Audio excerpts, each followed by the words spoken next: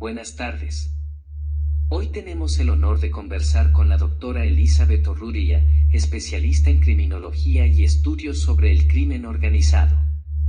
Con ella analizaremos uno de los carteles más temidos y poderosos de la historia, el Cartel de Medellín. Bienvenida, doctora. Muchas gracias por la invitación. Es un placer para mí poder compartir esta información sobre este tema tan complejo y relevante con ustedes. Doctora, ¿cómo y cuándo surge el Cartel de Medellín? El Cartel de Medellín se formó a finales de los años 70 en Colombia, cuando varios grupos de narcotraficantes unieron fuerzas para controlar la producción y distribución de la cocaína en Estados Unidos. Su principal líder fue Pablo Escobar Gaviria, que junto con otras figuras como los hermanos Ochoa, Carlos Lender y José Gonzalo Rodríguez Gacha se unieron, y lo que los distinguió de su capacidad fue su capacidad para organizar una red internacional con rutas aéreas y marítimas y para manejar grandes sumas de dinero ilícito, con una estructura casi empresarial. ¿De qué manera lograron acumular tanto poder en tan poco tiempo? Bueno, su éxito se debió básicamente a una combinación de algunos factores: la enorme demanda de cocaína en Estados Unidos, la falta de control estatal en Colombia y la violencia sistemática que usaban para intimidar a autoridades y a los rivales narcotraficantes. Además, Pablo Escobar entendió que la corrupción era una herramienta clave, ¿ya?, para poder sacar a flote este negocio. Su lema era plata o plomo, ¿no?, como recuerdo, o soborno o bala. Reflejaba cómo conseguía la obediencia y el silencio.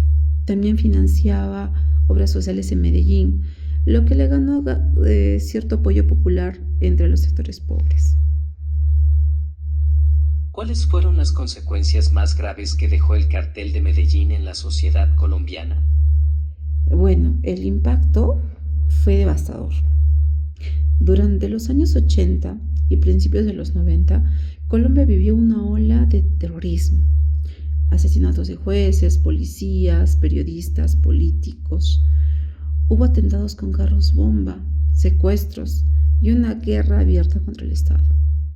La institucionalidad colombiana se debilitó profundamente. Sin embargo, esa crisis también impulsó reformas importantes en seguridad, justicia y cooperación internacional en la lucha antidrogas. ¿Podemos decir que con la muerte de Pablo Escobar en 1993 se acabó el cartel? Bueno, en realidad no completamente, ¿no? La estructura del Cartel de Medellín se fragmentó tras la muerte de Pablo Escobar, pero muchos de sus miembros y redes de contacto siguieron operando bajo otros nombres o se integraban a nuevos grupos.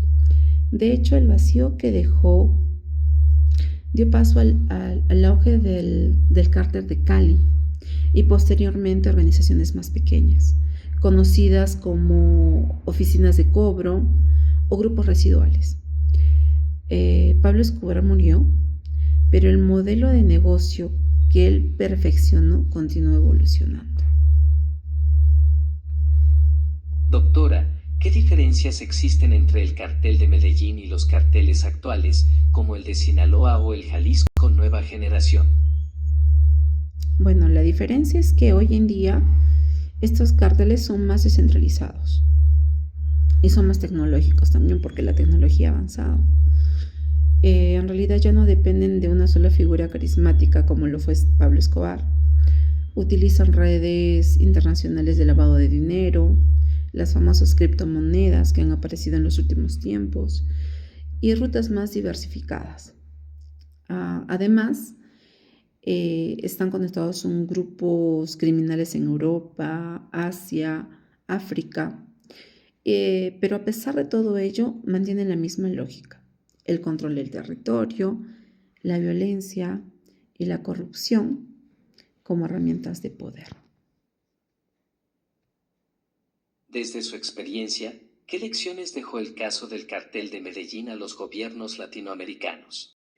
Bueno, la principal lección para mí es que la represión por sí sola no resuelve el problema.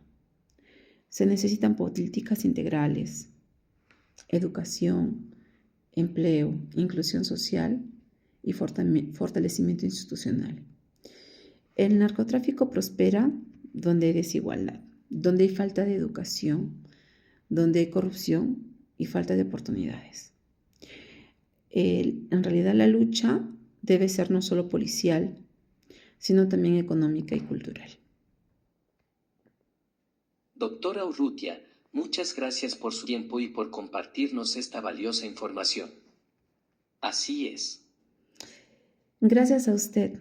Es fundamental seguir reflexionando sobre estos temas para evitar que la historia se repita, para evitar que el narcotráfico traiga tantas desgracias como las que hubo en algún momento.